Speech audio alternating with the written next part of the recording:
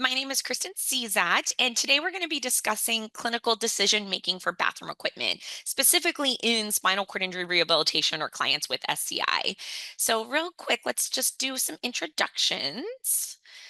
As a disclosure, myself and Britta Schwartzoff are the two clinical education specialists for Ultimate Medical.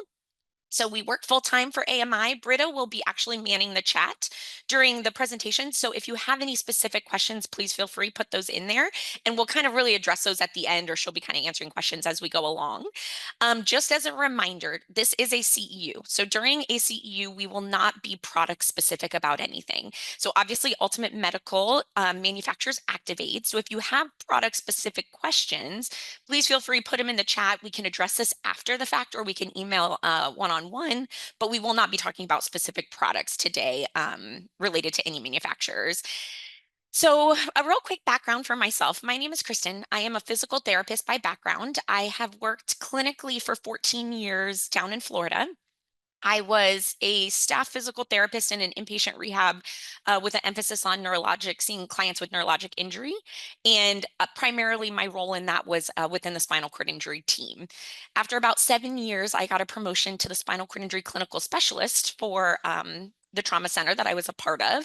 And with that role, I was really involved in program development. So for all things related to spinal cord injury. So here is where I sometimes get questions of why is a physical therapist talking about bathroom equipment? And one of the areas that I spent a tremendous amount of time in program development in was bowel and bladder. We know in SCI, which we'll talk about, there's a lot of bowel and bladder related needs and complications.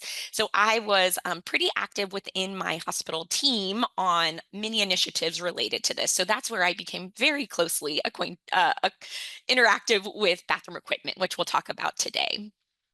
In addition to that role, I was very blessed to get to be a part of some small clinical research projects, as well as community grants for individuals with spinal cord injury in the community that I live in.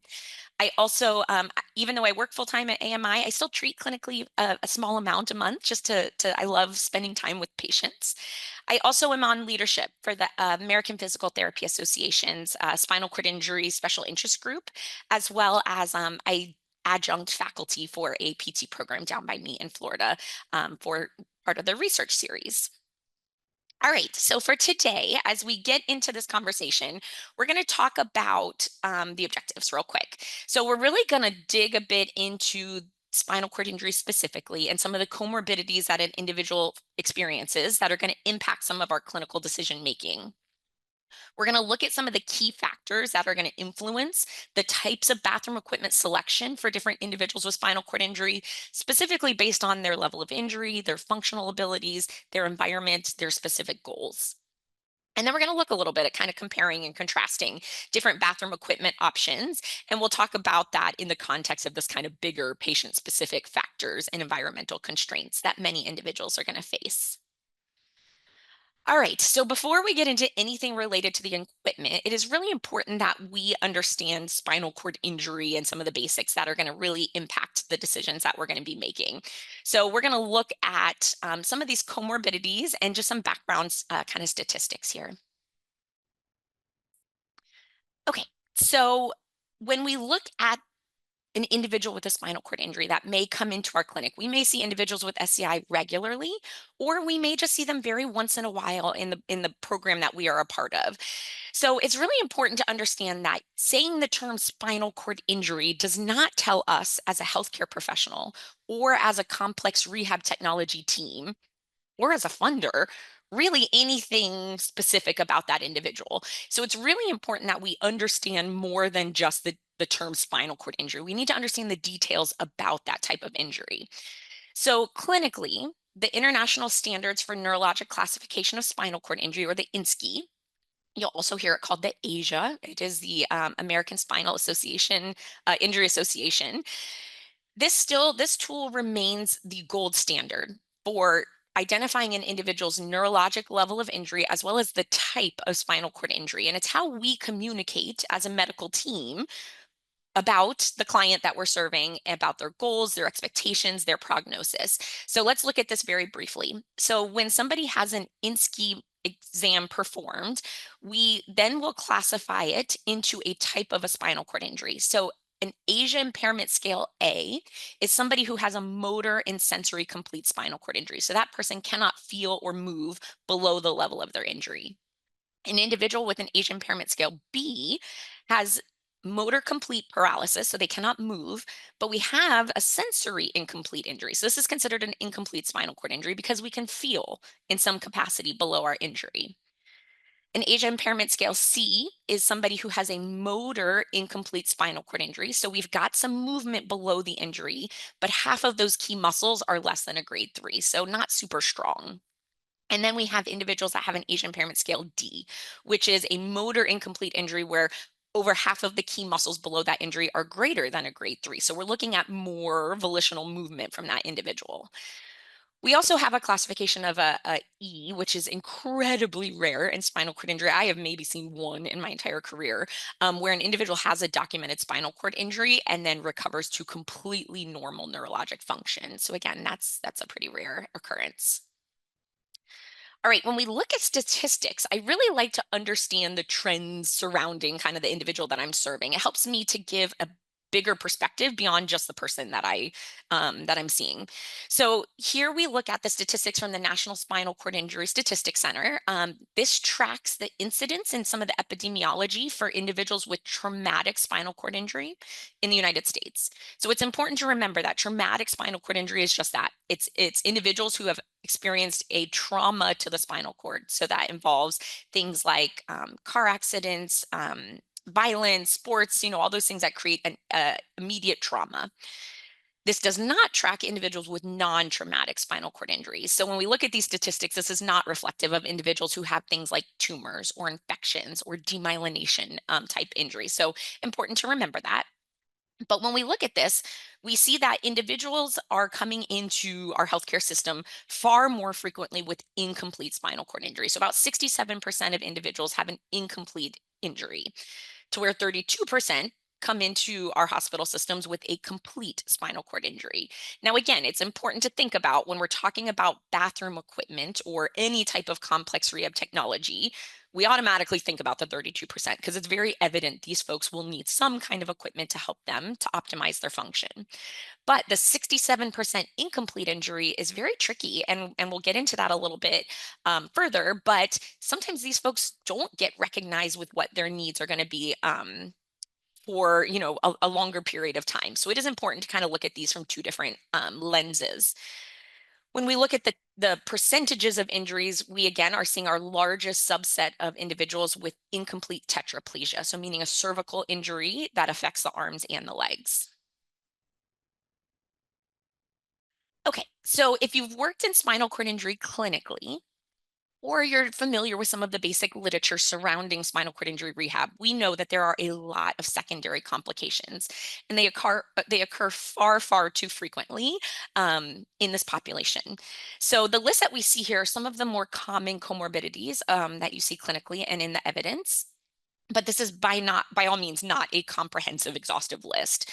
But these are kind of the common things that we see as PTs, OTs, as ATPs that we need to understand that may have a significant effect on the type of bathroom equipment, both from a management of these comorbidities, but also from a prevention. We know insurance doesn't love the word prevention, but that is our primary role as a healthcare team, is preventing some of these secondary issues that will occur. So today, when we discuss bathroom equipment, we're really going to be focusing in on these areas. So pressure injuries, neurogenic bowel, talking a little bit about pain and how that impacts our selection, as well as some of the autonomic dysfunction that we will see after a spinal cord injury. Okay, so we're going to dig into neurogenic bowel for just a moment. So it's really important to understand the types of bowel programs that an individual utilizes after a spinal cord injury, because if we don't understand this, then we're not going to have a great understanding of what our equipment needs to provide that individual to optimize their function. So we're going to look at two different types of bowel programs here. So the first one that we're going to look at is called a reflexic neurogenic bowel program. And so this occurs when an individual experiences a spinal cord injury that is above those sacral segments. And this is when, if you think of a reflexic bowel program, it is also called an upper motor neuron bowel program. And if you remember back to school as a therapist, upper motor neuron means that we usually have our reflexes still intact, or our reflexes are even exaggerated or enhanced. So, in individuals that are using a neurogenic reflexic bowel program, it's really important to remember that the amount of time for that stool to pass through the system is going to be variable between people as well as within the individual themselves. So the amount of time can range from 30 minutes to 3 or 4 hours, depending on the person. When we look at this type of bowel program, that time that it takes to complete is going to directly influence the choices that I make for the equipment and what is needed on that equipment to keep that person safe and prevent some of those secondary complications. So again, looking at an upper motor neuron or a reflexic injury, what we're looking at is that person's going to do a bowel program anywhere from daily to 3 times a week. And what that individual is going to do, because the reflexes in their sacral region are still intact, they are going to often use some type of mechanical or chemical stimulant to go in to the rectum and elicit the reflex to allow them to pass the stool. So it's really important to think about that before we do this rectal stimulation. We want to kind of clear out any stool that may be at the base of the rectal vault. And then we are going to either use, depending on what the physician has ordered, either a suppository or a mini enema. We're going to insert a suppository, and then this person is going to use what we call digital stimulation. Digital stimulation is when we use a lubricate, we put a glove on, we use a lubricated finger, and we go in and we insert our finger into the rectum and perform circumferential movements that allow that internal sphincter muscle to relax. And we're reflexively trying to open up the rectal, the sphincter muscles to allow that stool to pass. Okay, so just very, very slight differences than the next program that we're going to talk about. So other individuals, based on where their spinal cord injury is in their spinal column, those that have a lower injury, so those in the sacral region or even the low lumbar region, are going to present with something that we call an areflexic bowel. So for an areflexic bowel program or a lower motor neuron bowel program, that individual no longer has those reflexes intact. So what they're doing is every single day, or sometimes even twice a day, they're using a technique called manual stool removal. So they're inserting a lubricated, a finger with a glove and a lubrication, and they're hooking and pulling that stool out. So in this program, it's really important the type of stool, the form stool, is what's going to keep this individual continent. So either way, when we look at this from an equipment standpoint, what we are thinking about is that this individual, think of how you go to the bathroom. Just for a moment, picture yourself. How do you wipe? Each one of us wipes very differently. How do you get in there? Do you squat? Do you lift your hip to get in there? Do you go from the front, the side, the back? That is very individualized based on each one of us. So now imagine that you no longer have the capability to squat, to lift your hip up. So having somebody with paralysis to access that perianal area in the rectum, the way that their bowel equipment and their bathroom equipment is going to operate is going to very directly enhance or negatively impact their ability to perform this or their caregiver. So it's so important that we understand what this entails, because that's how we're going to design aspects of our bathroom equipment. So sorry if that was a lot of bowel talk first thing in the morning. When we look at how we manage this across our industry, we have a clinical practice guideline that was created by the PVA and the Spinal Cord Injury Consortium, and it's called Management of Neurogenic Bowel Dysfunction in Adults After SCI. And this guideline provides us all of the medical management of best practices for bowel programs. In this document, they discuss that a clinical evaluation should be performed for a shower commode chair that should focus on individuals' caregiver goals, bowel care routine, how do they transfer on and off of it, what are their functional abilities, as well as looking at structural design is going to be important. So we talked about the customization that goes into some of the needs of each individual. So again, one size fits all is not necessarily appropriate for this population. So looking at this from a structural design is going to be really important for successful functional abilities. All right, as we switch task, We are going to talk a little bit about pressure injuries. So, this is another very direct relationship to bathroom equipment. So, when we look at pressure injury prevalence, not my favorite numbers in the world, about 20 to 50% of individuals will develop a pressure injury in their acute hospitalization. 41% will develop a pressure injury in the first year after spinal cord injury. And 36 to 50% of those that do experience a pressure injury are likely to reoccur. So we know as healthcare professionals, this stinks. We do not like these numbers. So how does this affect the bathroom equipment that we're going to choose? So we know that we have to understand the type of spinal cord injury that that person has. So that way we know what are their capabilities. We really need to look at skin. If you're going to be doing an evaluation for a client for bathroom equipment and we are not very familiar with that person, getting them out of their chair, looking at their skin, understanding really can glean a lot of insight. We need to know, have you had a wound in the past? Do you currently have a wound? I can't tell you an outpatient. There have been times, and I'm sure you've experienced the same, where we do get out of the chair, flip over, do a skin assessment, and the person had no idea that they have a stage 1 or 2 occurring over their ischial tuberosity or their sacrum. So very important that we, as best we can, try to lay eyes on their skin or get a very detailed history of that. But each of those are going to affect, again, how long are they going to be sitting on this equipment during their bowel program and their ADLs? And how are we going to shape all of these different pieces of their commode to make sure that we're optimizing pressure and reducing the chances of secondary injury? So this was a study that was done just recently in 2023. Now, it is important to know that in this study, it's a case series. They had 41 individuals with ASIA A, so motor sensory complete spinal cord injury, and they looked at different pressure relief surfaces on the direct toilet itself. So important to remember, they weren't using actual equipment. It was directly on the toilet. They looked at the impact of foam, gel, and air versus the regular toilet itself, and they examined some of the pressure through different bony prominences like the ischial tuberosity, the greater trochanter, as well as the sacrum. So for the greater trochanter, this group said that any cushion type showed a decreased pressure compared to the control toilet.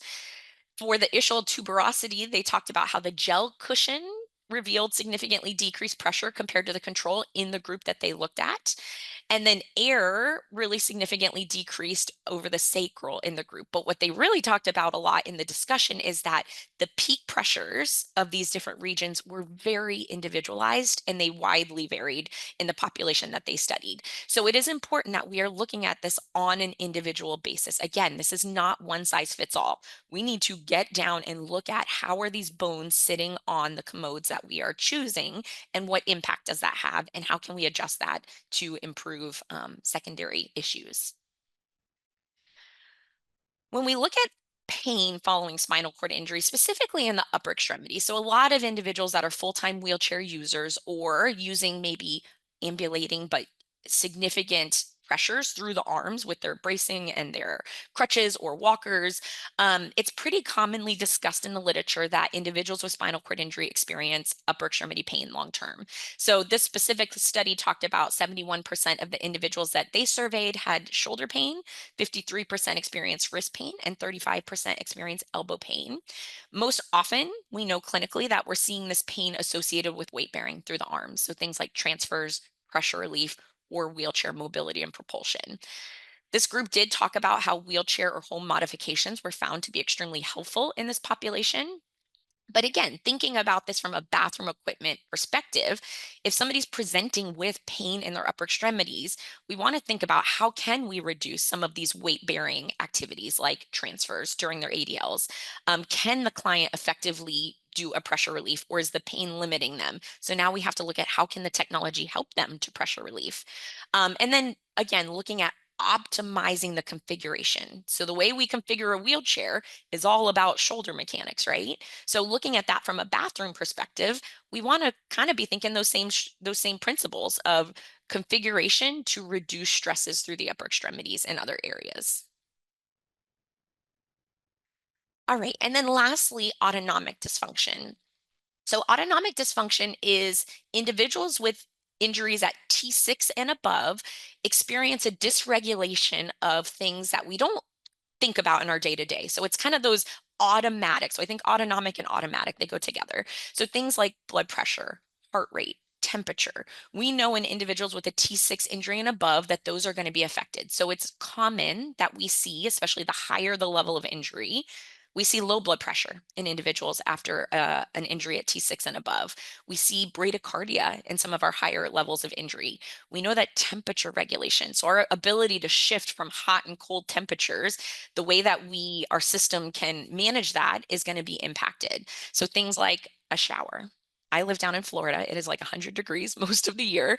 So we talk about, though, in the air conditioning, when I'm going from a nice, cool indoor environment in my home to a warm shower and then back to a cool environment, that person is going to have some impacts where we may get shivers that we can't quite kick for quite a while after their injury, because again, that system isn't working properly. So things to think about when you are in that bathroom environment.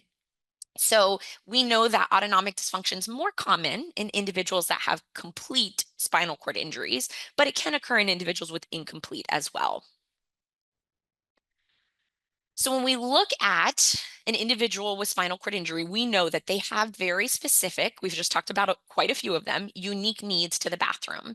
So we're really looking at this multi picture here of, we need to look at how the assessment of the individual, what is their function and medical needs, their preferences, how does that impact the environment that they're going to be using this equipment, and what considerations and accessibility do they have? And then we need to marry out the two to fit and configure the bathroom equipment to the person, as well as the context of where they're going to use this.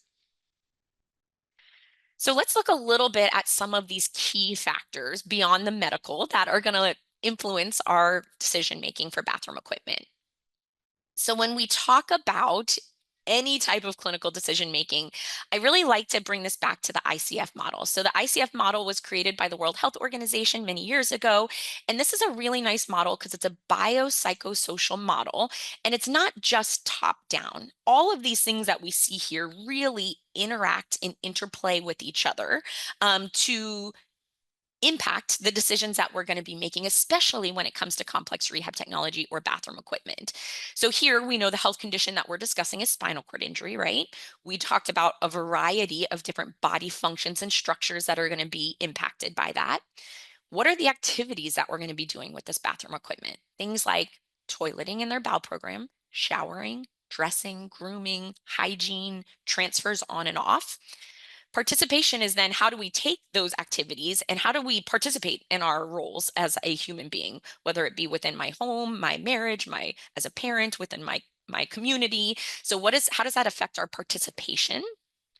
And then these last two, I think, are really important, and actually probably my favorite areas of the ICF model. And that's the environmental factors and the personal factors, because each one of these is going to be so specific to the human in front of us.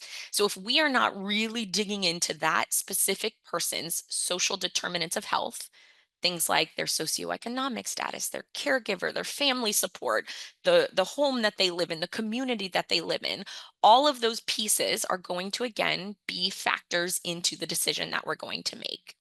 So again, we're going to kind of reference this ICF model throughout different sections here as we move forward. So the FAINT model and bathroom equipment came from Cooper et al. In 2007, but Dr. Emma Friesen, who is a researcher who's done a fair amount of work in spinal cord injury specific to bathroom equipment, such as the mobile shower commode chair, they talk about this model with the human in the center as we're looking at the equipment needs. So obviously the client themselves is in the center of this model. Again, we talked about what activities do we need this equipment to do, and we talked about all of those. How much assistance is that person going to need from a caregiver as well as from the technology itself? So we may have to include, what are the preferences of the caregiver if the person is not physically able to do this themselves? We talked about the environment that this will be used. It's not just their usual location. We also need to consider, are they traveling? Do they have a significant other that they're going between locations? Maybe they don't live together. Are we highly turning over housing situations? Do we rent and we're moving every year? There are a lot of things that we have to think about in that environment for the bathroom equipment. And then lastly, this one really addresses policy, which I think is unfortunately a very important part of CRT, because without paying attention to policy, we can have the best equipment in the world, but if we can't get it to the client, we aren't doing our due diligence, right? So when we think of policy, we're thinking of this from funding and provision, the design of the equipment, and all of the different rules and regulations from the FDA that may be in existence. We're looking at some of the policies for things like paid caregiver services. Do they have that or not? That policy will impact their ability to use the CRT that you are prescribing. So again, policy is a lot of different things, but each one of those is going to have a direct impact on the bathroom equipment, again, that we are selecting. All right, so we have gone really big picture, right? So we're going to talk real quickly here. These are 15 different items that really impact, of all the things that we just discussed, why we make what decisions we make with our clients for the type of equipment that we are selecting. Some of these are pretty straightforward, right? I know what my clients, either they have a wound or they don't, either they're at risk or they're not. Either spasticity is present or it's not. However, some of these are a little more fluid, shall we say. So things such as their acceptance of their injury. Where are they at in that process? Are we in a point where we are ready to talk about our needs for bathroom equipment, or are we still in complete denial that this is happening? The client's preferences are very fluid and they change throughout their lifetime as they evolve and change as a person. So there are pieces of this that are going to be fluid. So we know that we as a relationship with our client need to stay on top of understanding these at different points across their lifespan. And that leads us to looking at matching that right technology at the right time for that individual. So we see clients that transition, right, from childhood to adulthood. And those are very specific needs for someone whose parents have always done their care to now they're starting to say, no, mom, dad, step back. I want to do this myself. An individual who's brand new injury. We know we talk about this in the industry that it's like trying to have a fire hose coming at you, right? We're giving them so much information. Where are they at with their ability to understand the technology that we are recommending for their equipment? Are they aging? And now the tub bench, maybe that they've used their whole life, they no longer can transfer safely on and off of that. And we need to look at something. We're having a lot of pain in our shoulders, and we need to look at a new piece of equipment for that person. So again, we've talked about all of these types of things here, but there's a lot of changes that will change that person's needs. So it's about matching the right technology at the right time. And that will look different across that individual's lifespan. So it's not that one technology will last them forever, that's always going to meet their needs. We need to be staying up to date the same way we do with their wheelchair, with their bathroom equipment as well. So again, we talked about this kind of intersection that we come to as therapists and as ATPs. How does the equipment fit the client, their environment, the other equipment that they are using? How do they transfer from their wheelchair or their bed to the bathroom equipment we have selected? How are we going to pay for that? And then again, what is the policies surrounding that allow them access to that in the individual that we serve? So for today's discussion, we're going to look at bathroom equipment specific to these. Now, there are other technologies outside of this, of course. So we're going to look at things such as a raised toilet seat, a shower commode chair, a modular tub bench. We're going to look at things such as a tub slider system.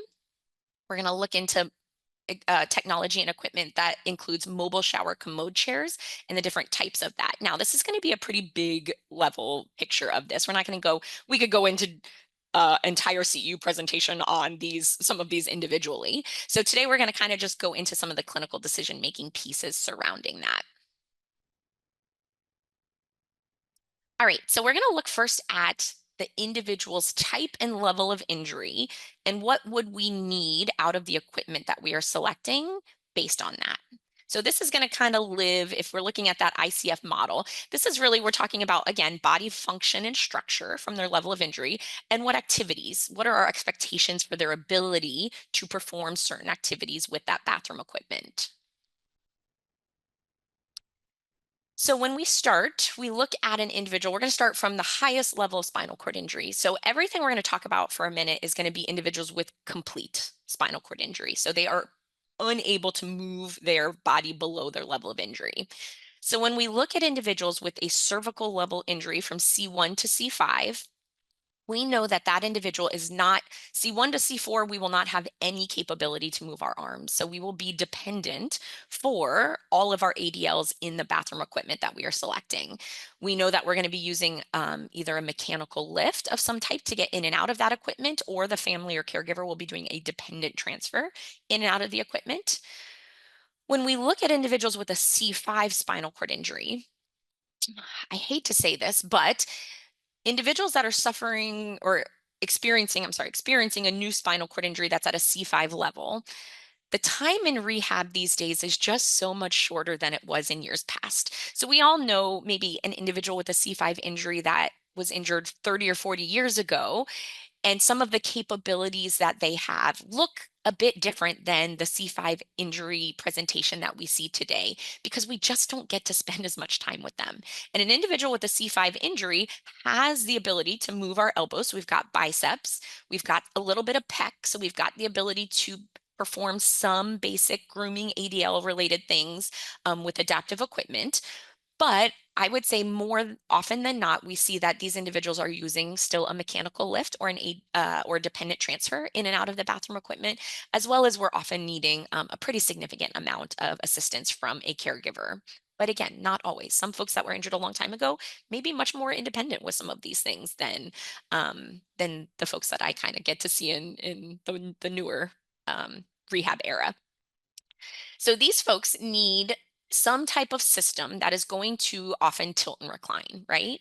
That's going to be for many reasons: to perform pressure relief, to help with the autonomic dysfunction, so the blood pressure drops that we may see.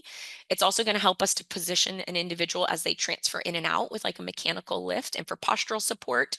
So on that tilting and reclining system, and that could be a mobile shower commode chair. We see some tub bench systems now, the slider systems that have that capability. We know we're going to need some type of headrest because of the level of paralysis. We will need postural support of some kind, whether it's through tilt and recline or the supportive features or both, like laterals, chest straps, pelvic straps, as well as arm troughs. So if we have paralysis of our upper extremities, we need something that's going to hold our upper extremities in position as we tilt and recline, so our arms don't just fall off of the seating surface. Oops, sorry. When we look at individuals that have experienced a motor complete C6 to C8 spinal cord injury, that person's functional goals may vary depending on how much function and strength is at each level. So individuals with a C6 level of spinal cord injury, we now have the ability to extend our wrists. So that introduces a whole new set of goals using tenodesis that allow that person to be more active in their hygiene related ADLs. Somebody with a C7 injury, now we are introducing triceps. So we now have the individual ability to straighten out their arms, and individuals with C8 who are starting to regain some finger function. So again, these levels of injury are going to widely vary in what their goals may be, the amount of time it takes to achieve those goals, as well as their transfer technique. So some folks may be using a mechanical lift with their caregiver. Other folks may be using a transfer board on and off of their bathroom equipment. Some folks don't use a transfer board at all, and we just do what we call a sit pivot, where we pivot back and forth from the equipment. So again, the things we're thinking about based on their level of injury that we may need our equipment to do for us is some folks are still going to need that tilt and recline feature for postural support, for blood pressure management. So in those individuals, same concepts, we're still thinking we're likely going to need a headrest, postural assistance, we may need laterals and pelvic and chest positioning straps, but we no longer usually need arm troughs at this level of injury because we have more arm function.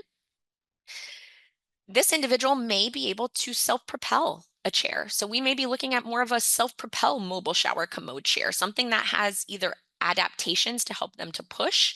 We may be thinking about what we call D-rings, which are loops attached to the straps and belts to allow them to hook a finger and use their tenodesis to be more independent with hooking, or I'm sorry, opening or closing those straps, or a very advanced level of function. There are some folks out there that use a more like modular padded tub bench. But again, this is a very advanced level for many individuals with spinal cord injury. But we have a variety of different equipment that may meet this person's needs. When we look at high paraplegia, so that T1 to T6 range, our expectations as a healthcare team is that this person should be able, functionally, from just their injury itself, be able to achieve independence with ADLs. Now, we know there's a lot of comorbidities that may exist. Body size, age plays into this. So, not everybody with a T1 to T6 injury will be incomplete. But based on their spinal cord, they have the potential because our arms are fully intact at this point. Many of these folks are using a transfer technique that's either a sit pivot, that hopping back and forth, or they're using a transfer board. But I have had individuals that still require a mechanical lift depending on their age or other things going on. So for this type of spinal cord injury, I'm really problem solving through, is this person going to need a mobile shower commode chair, something that they can push? Are they more appropriate for a multi-purpose like modular system such as a padded tub bench that has more support? T1 to T6 is still a high paraplegia, so we are going to need usually some type of back support, some type of armrest support. A lot of folks benefit from push handles on their tub bench or their chair that they can hook onto to balance themselves while they're doing their ADLs and hygiene. Maybe a tub slider system for that person. And then there are some folks that are very high functioning that can get away with just a more like a raised toilet seat with padding and grab bars around them. But again, I tended to live more on the earlier first few months after injury. We were not seeing that early after a spinal cord injury, but we have a lot of different equipment and technology. But we're still thinking T1 to T6 is going to have pretty significant postural needs from a balance perspective. We've got to make sure that we can pressure relief on the device that we're recommending. And then T1 to T6 level injuries are still going to likely face some type of autonomic dysfunction from a blood pressure. So how impacting is that is going to help me to decide, do I need equipment that's going to help manage that or not?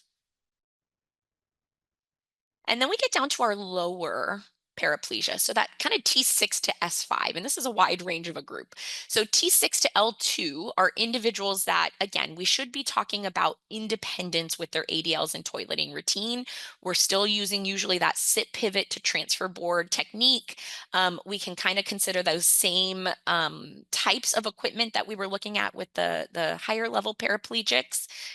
When we look at the L3 to S5 levels of injury, so these are our lower, more motor is still, even in a complete spinal cord injury, somebody with an L3, L4, L5, they're going to have movement in their legs.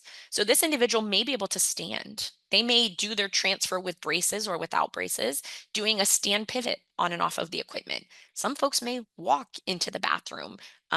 The level of function and safety of that walking will vary person to person, but that's going to, again, affect the type of equipment that I use. So in these folks with more of this like low lumbar or cauda equina is what we call as sacral injuries, we're looking at things like a shower commode chair, a padded tub bench, a raised toilet seat, grab bars. But again, padding is still going to be very, very important because this person still cannot feel that region of their tushy bottom area for things like bathroom equipment. How long they're sitting and how much mobility do they have, again, will directly impact how aggressive do I need to be in pressure relief, skin protection for that individual. But it should be still on your forefront, even when they are highly mobile. And then it's really important to consider individuals with incomplete spinal cord injuries. So we talked about these folks, and this is tricky because folks with incomplete spinal cord injury can have a wide variety of presentation.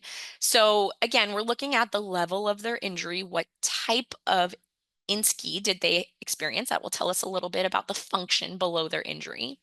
Really important to look at their fall risk and their pressure injury risk.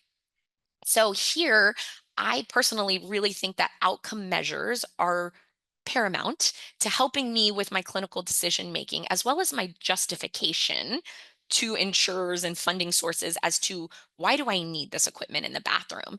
So there are a variety of highly recommended outcome measures for individuals with spinal cord injury.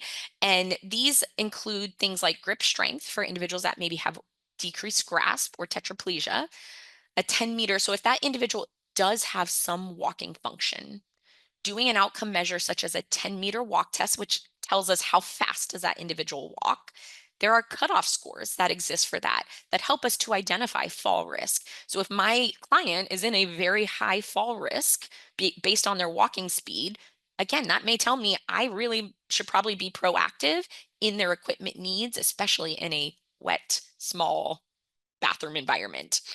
A 6-minute walk test helps us to look at what is their endurance, how long can they maintain their walking function. A timed up and go is a nice short, how long does it take you to stand, walk 10 feet, come back, sit back down. And again, if it takes a long time, if we're not efficient, we have a high fall risk with this, we look at those cutoff scores to help us, again, just strengthen some of our decision making. I don't only use an outcome measure to decide for me, but it definitely strengthens the decisions that I'm making. When we look at balance, things like a Berg balance assessment could be a useful tool. And then also, again, documenting and examining the pain that an individual who is ambulatory or semi-ambulatory using a wheelchair on and off, what kind of pain are they experiencing? And we can use the numeric pain scale or the wheelchair user shoulder pain index. And again, that might help us to justify or strengthen the type of equipment that we are choosing. All right. And then lastly, in this kind of body function structure activities standpoint, we look at that transfer. So we talked a little bit based on individuals where in their spinal cord the injury has occurred, what we would possibly expect from that person and how they transfer. But it is important to remember that transfers in the bathroom are very different. And our OT friends and PTs that do some bathroom stuff with folks can attest to it is incredibly different than all other types of transfers that that person's doing because we're doing them in small constrained spaces. There's usually very limited hand placement compared to other environments. There's often limited places and ways that they can position their wheelchair. So if they transfer in one way in their bedroom, they may not be able to transfer that same way in their bathroom. And all of these things together increase an individual's fall risk. So one thing I like to remind people that when we talk about one of the standard techniques for transfers for an individual with spinal cord injury is the sit pivot, where we transfer from one surface to the other without any other devices. So we don't use a board or anything like that. So when we do that, the ideal technique that we teach, and we teach this using the transfer assessment instrument, is to be able to pull up next to the surface that we're trying to transfer to. We want to angle our wheelchair about 20 to 45 degrees from the surface that we're going to. We ideally want that transfer height to be very close or within an inch of difference, so we're not going significantly uphill or downhill. We want that individual to be able to place both feet on the floor, if not just one foot, but we need to have stability on the floor during the transfer or putting them both on like a seating surface if you see that sometimes. We really want to make sure that that person is scooting forward if there's a wheel involved on their wheelchair. So that way they are avoiding contact with the wheel as they go laterally out of their chair. And then we teach push down, not away. So especially in bathroom equipment when it's wet, if we push away from the transfer that we're doing, that equipment as we leave the seat is going to move on us, even if the brakes are on. So we work really hard on trying to like push down on the equipment, not away. And that's important in bathroom equipment. So again, can we do that technique in their actual environment? That varies widely. So we oftentimes are having to make adjustments from our ideal way that we teach people. And then again, can we try to remedy that through the bathroom equipment that they are going to be transferring to? All right. We can't talk about equipment if we don't talk about the environment, because that is obviously a major factor to why we are choosing our specific equipment technology needs.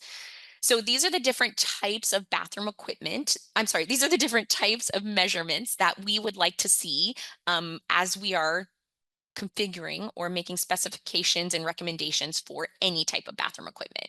So the door width, can they fit in and out of their bathroom?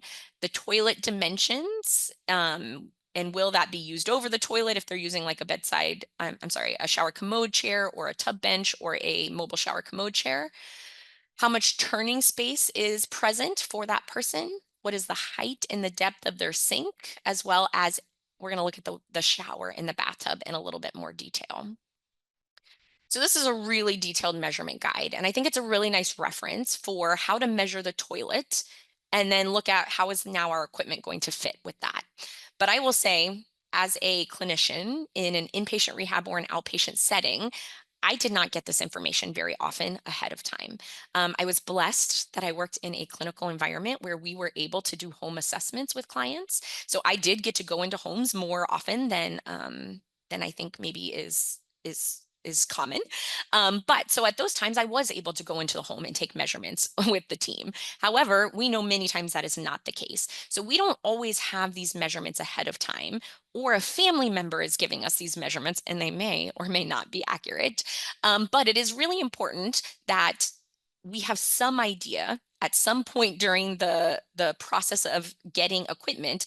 What is this look like in their actual home environment? So sometimes the ATP, right? The only time we get this measurement is when the ATP goes into the house and takes these measurements after the fact and tells us, in which case then we have to sometimes backtrack and correct. But the key measurements on this guide are: how wide is the toilet? So looking at like letter G, knowing that that isn't necessarily at the seat. Sometimes that's at the bowl below the seat, depending on the toilet style.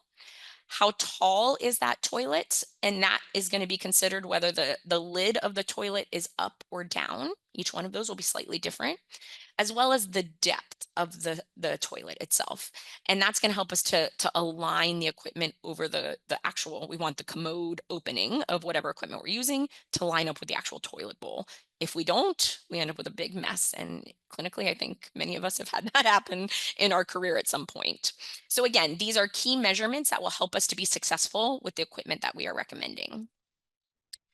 When we look at the dimensions of a shower, we are looking at the width and the depth, but we are really looking at the obstacles in the bathroom, in the shower environment. So if there are grab bars, if there's a little bench that was built in, if they have some cutesy tootsy little decorative things that are not movable, we want to make sure that we are measuring that narrowest part, because again, that's going to be the portion that we want to determine, is our equipment actually going to fit? Is there a turning radius if we're using a mobile device or not? And then knowing, is there a shower curtain or a glass door? Because again, that will take up space for how that device will get in and out of the shower. When we look at the bathtub, bathtubs are very, very tricky because, again, just like a toilet, they come in all shapes and sizes. So we need to look at what is the width of the toilet if we're going to be using equipment that either fits inside or spans the difference, like a tub slider or a modular tub bench. We need to look at the height of the ledge, both inside of the bathtub and outside, because sometimes those are very different measurements depending on how deep that toilet is. And then again, how much space is available outside of the toilet itself? Because that's going to tell us if we're using a modular tub bench or a track system, do we have enough space for that individual to pull up and transfer onto that? Same rule, do we have a shower curtain or a sliding glass door of some type or that opens? Because again, that's going to impact the usability of the device that we are recommending. Looking at the seat, I'm sorry, looking at the sink, we're really looking at the ability, can that person, if it's a roll-up sink, which many times it's not, but if it's a roll-up sink itself, can that person pull up directly underneath it and fit? So we're looking at what is the measurement from the floor to the lowest part of the sink, as well as how much clearance is there. If there is a drain pipe, especially in individuals that cannot feel their legs, we need to know, how are they going to sit against? Are they going to touch it? Is there enough room that they're nowhere near it? If so, we need to do a lot of education and talk about like drain pipe covers, because we are at high risk if we have hot water and hot pipes to burn skin. So really important that we're looking at, where does that sit and how is the equipment going to be impacting or interfacing with that? And then can they access things like their faucet? All right, so let's look very briefly at some of the equipment itself. So when we look at things like raised toilet seats or shower commode chairs, I always look at things as sometimes there is that perfect match. This is the exact piece of equipment that this person will benefit from. But many times there may be two or three options, and we're kind of prioritizing this based on some of the trade-offs. So for individuals that can just use a raised toilet seat, that person needs to be able, obviously, to transfer safely on and off of that, knowing there's not going to be any hand or postural support to a raised toilet seat. Can that come in padding? Because padding is still going to be important even in very, very mobile individuals. Cauda equina type injury. If we can't feel, we need to be aware of what we're sitting on from a hardness to the surface. And then knowing this is a nice option because it's a low cost, but there is a very lack of customization. So if your client has any unique needs, then we're sometimes ruling this type of equipment out. When we look at a shower commode chair, the nice thing about this is it can be used in the shower or over the commode. It can be used bedside for individuals that maybe can't always um, handle going into the bathroom if endurance is an issue or other medical comorbidities. So it can be used right next to the bed. It's transportable. They're pretty easy. You can pop legs off, things like that. So you can take them to different environments. They do provide that wider support base for individuals as they transfer on and off. They are height adjustable. So then that we can level out the transfer better for individuals as well as fit over a toilet base.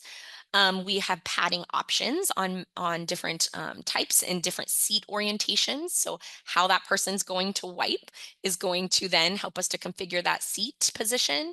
And then again, we can choose a commode pan for this if we are going to be using it not only over a commode, I'm sorry, over a toilet, but also bedside. When we look at our more modular tub bench systems, and again, this is different than just an off the shelf generic one size fits all that like my grandmother may use in her tub. The modular tub bench systems come with a lot more customization that individuals with spinal cord injury may benefit from. So again, this is transportable, so we can take this to various locations. They are height adjustable, and that is based on each product has a different height adjustability. So we would look at that for the commode, for the transfer, or the bathtub shower that it's going to be used in. We oftentimes can choose configurations for different back supports, for armrests, for push handles, again, for stability for that person that is going to be using it with spinal cord injury. We usually have different seat options as far as orientation, so forward, backwards, those types of things to help them access that perianal area. Usually you can do positioning belt, so a pelvic belt or a chest strap if that is safer for that individual when they're in that wet environment. It is important that we know again what are those transfer bench dimensions because usually the bench portion you can or they come in different sizes. So we need to know how again that ledge of the bathtub or the shower, how wide is that? How is the person going to transfer on and off of it? How close can they get? But that can usually be customized or specific based on different bench dimensions to allow that individual to use that equipment more safely. And then again, this can be used bedside as well for those individuals that maybe can't always have the endurance to get into the bathroom, in which case a commode pan can be ordered with it. I will say too in clinic, sometimes when individuals are learning how to get their pants up and down, especially like females, as we really maybe need to lean very, very far to the side as we're learning how to lift our pelvis when we have paralysis. I know sometimes that a tub bench of some kind was easier to learn how to do that in the beginning. When we look at the different types of mobile shower commode chairs, so our mobile shower commode chair, we know we are looking at, can we fit through the bathroom door? Do they have a shower that's accessible to allow this to roll in? Or is there any kind of like ramp if it's a small little lip? And then can it fit over the toilet? We talked at length about the environment. So we have two options. We've got mobile shower commode chairs that the person can push themselves. So there's a rear wheel of different sizes that you can choose from that the person can be more independent, or individuals that are not going to be independent that need tilt, recline, those types of features. We also have the attendant propel style that exists for mobile shower commode chairs. The good thing about mobile shower commode chairs is they are highly customizable. So we can really get in there and meet the needs of the individual that we are serving based on, we're not going to go into details. We have courses specifically on all of these details, but you can see all these different options that we can customize to allow that person to really dial in to their specific needs for transfer height, for bowel program, for ADLs, for clothing management up and down, how they're going to shower. So all of these different things can really enhance and help that individual to be successful with their ADLs. And then lastly, there are tub slider systems. So these are more for those environments that the bathtub cannot be removed, and we want to use a device that spans the distance of both. So usually we have the option of a mobile shower commode chair that has 4 casters, and then you've got the base unit that's in the bathtub, and then you have a bridge between the two. There are usually length options to customize that. There are accessory options on this. So if you have somebody with a higher level of injury, you can put typically all of the same kind of customizable things, such as headrest, pelvic strap, chest strap, laterals, different aspects like that. But one thing that's really important to think about is the measurements on a tub slider system are really important. A lot of times our toilet and how we use this in the bathtub are not necessarily completely linear. So for example, I think this picture is a great example. You can see the commode cutout of this tub system would not actually line up with the toilet in its current configuration. So if it lined up against the toilet, it would be much farther back, in which case that device would not tilt. So the measurements of this is going to be very, very important to successfully, the same way a mobile shower commode chair, if we don't measure correctly, then this may not work the way that we think it will in the bathroom. So very important that those pieces all match. When we recommend equipment, it's always important to think of that rehab technology team. And for people who do this every day, this isn't, this is kind of, the team that we work with. But if you're not in technology or equipment every day, it's important to understand the team. So we have the medical practitioner. So this is the physician who is going to be recommending them go see the therapist in clinic to procure the equipment that they're going to need.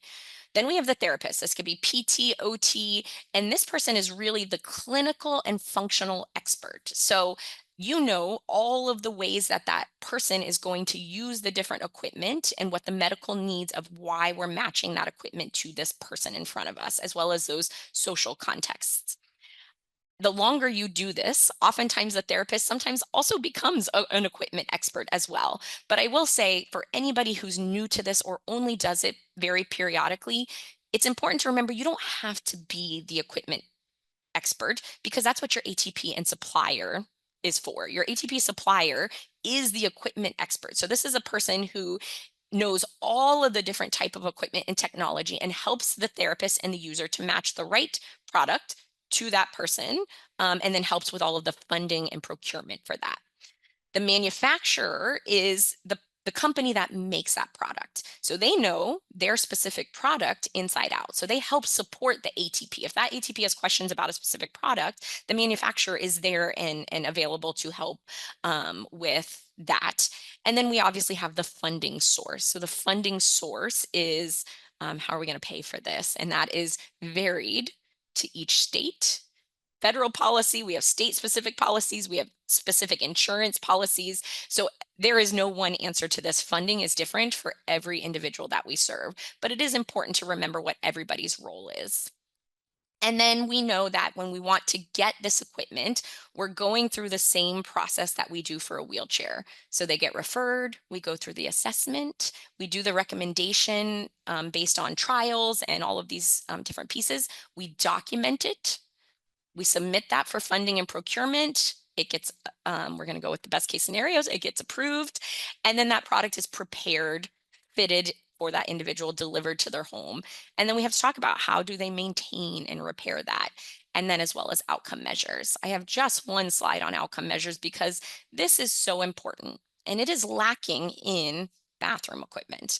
So outcome measure is the client's, really, especially for equipment, it's the client's perception as to how did that piece of equipment or complex rehab technology, how satisfied are they?